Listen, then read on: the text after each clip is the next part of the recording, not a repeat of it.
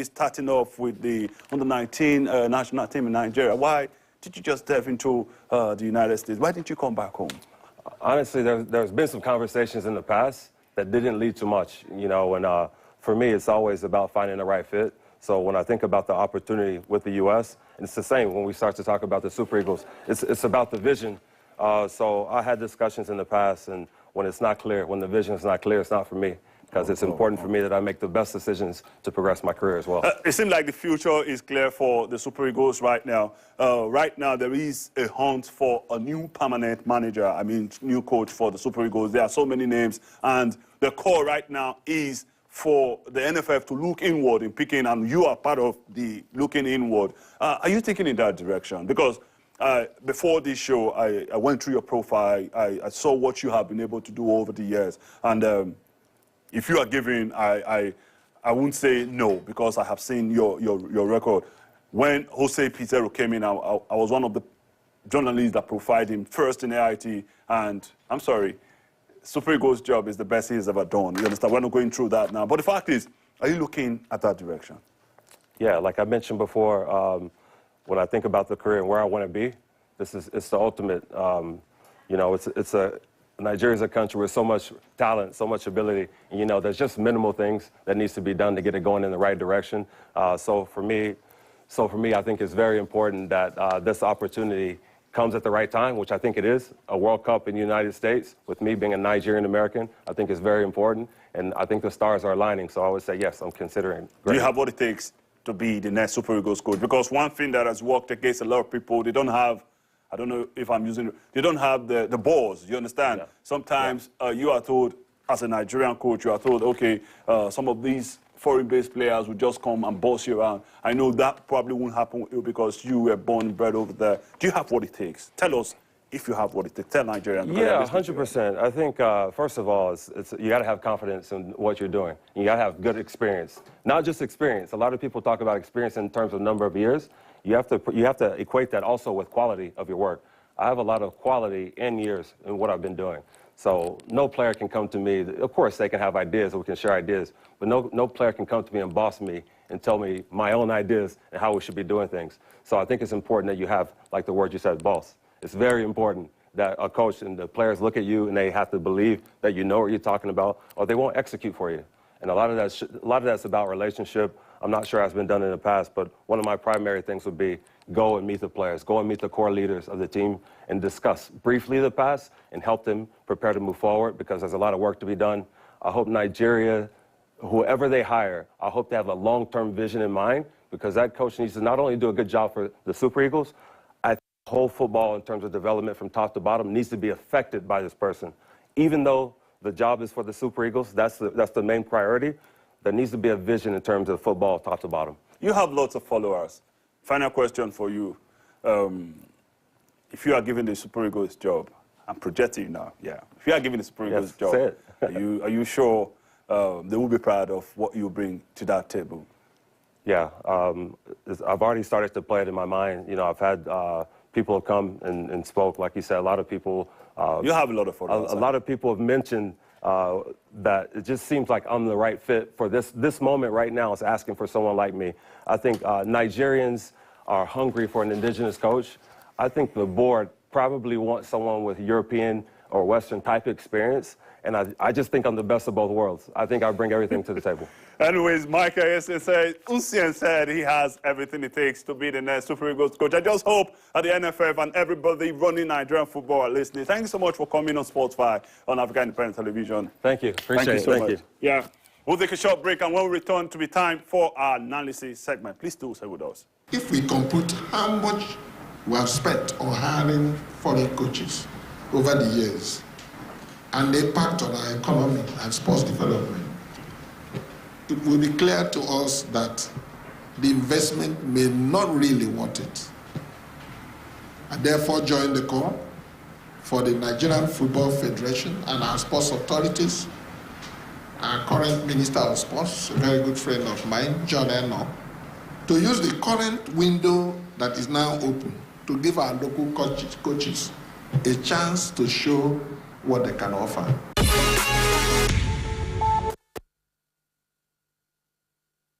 To watching Sports for Africa Independent Television, AIT. My second guest is here, Roland Numofag. I call him the newest married man on block. Congratulations first, Roland, on your successful marriage ceremony. Yeah, thank you so much, Mosas. Getting married or being married comes with a lot of blessing. That is not what we are talking sports right now, yeah. not marriage. But you brought up marriage issues, so... Anyways, the first is the English Premier League, where the top of the table clash headlines, I mean, it takes the center stage in the English Premier League. Manchester City up against Arsenal. Roland, who is taking that one? What should we expect in that, apart from fireworks, what should we expect in that particular attack? Well, I think both teams play the best brand of football in England currently.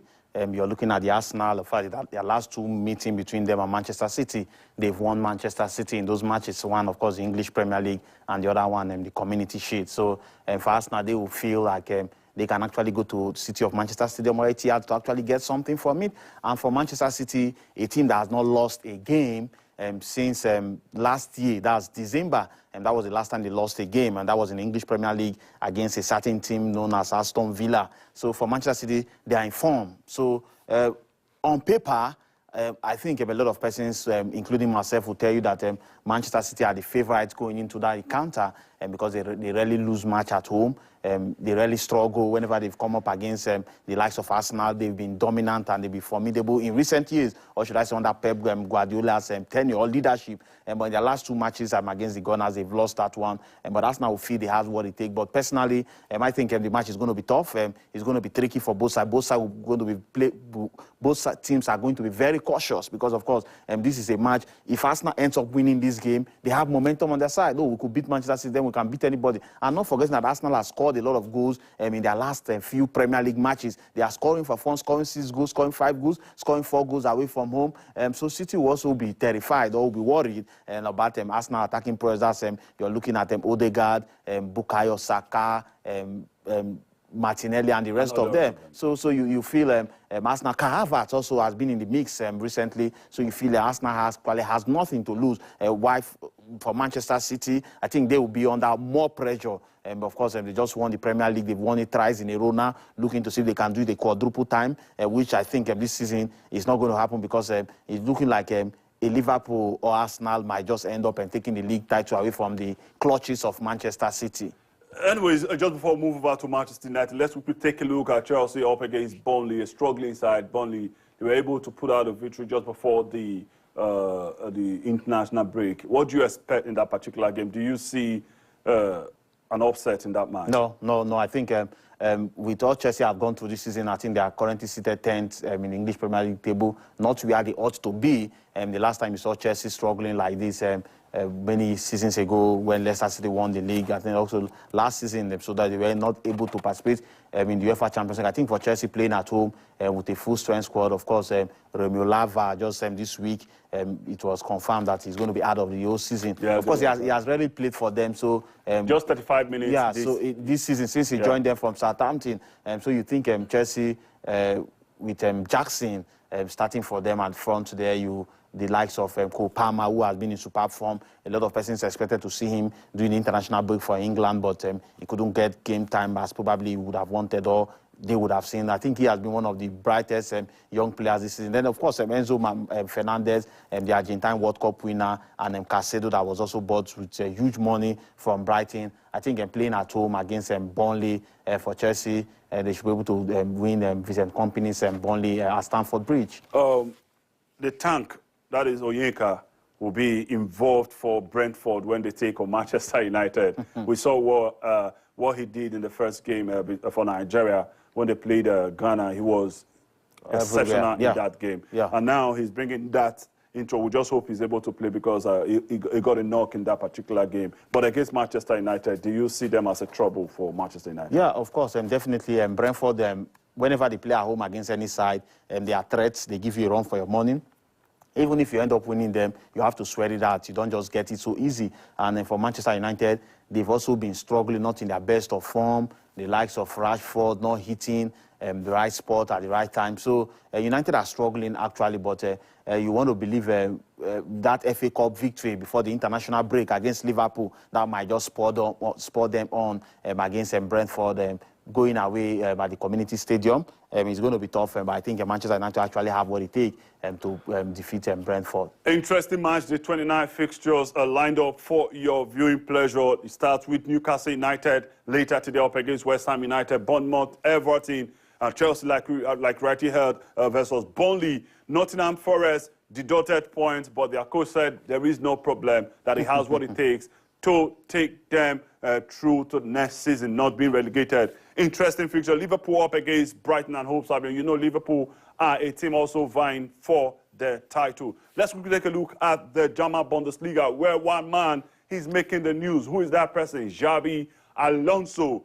There are news that he is staying at Bayern Leverkusen next season. Do you think he will be at peace right now because the pressure has been so much? Yeah, of course.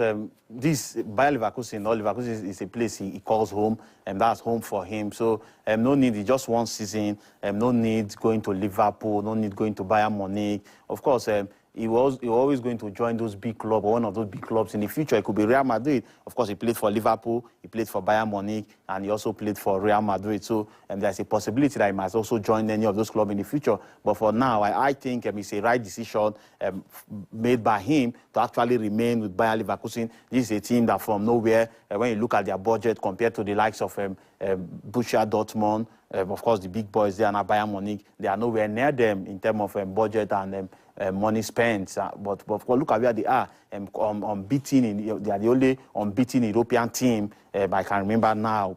Currently, of course, Inter Milan, I think they've lost a match this season, and Bayer Leverkusen are yet to lose a match, either in the Europa League or, of course, the German Bundesliga. Superb team. They have 70 points, 10 points ahead of Bayern Munich, of course, with about 8-10 matches to go. You still feel they have what it takes to win the Bundesliga. And one player that has been superb for them has to be Ritz, the young German. Exactly. I think he's going to also scored an exceptional goal for Germany against France just some days ago. So I think that player is another player that you want to believe the top European clubs, if not Bayern Munich, will snatch him away from the clutches of Bayer Leverkusen. Let me take you back a bit. Saying that Alonso should stay put at Bayer Leverkusen, we all know that the popular statement is when the ovation is high, that's when you leave. Look at Victor Osimhen, for instance. Everybody wanted him to leave, but he stayed put. And if you ask me, I believe his price has probably dropped now, you understand?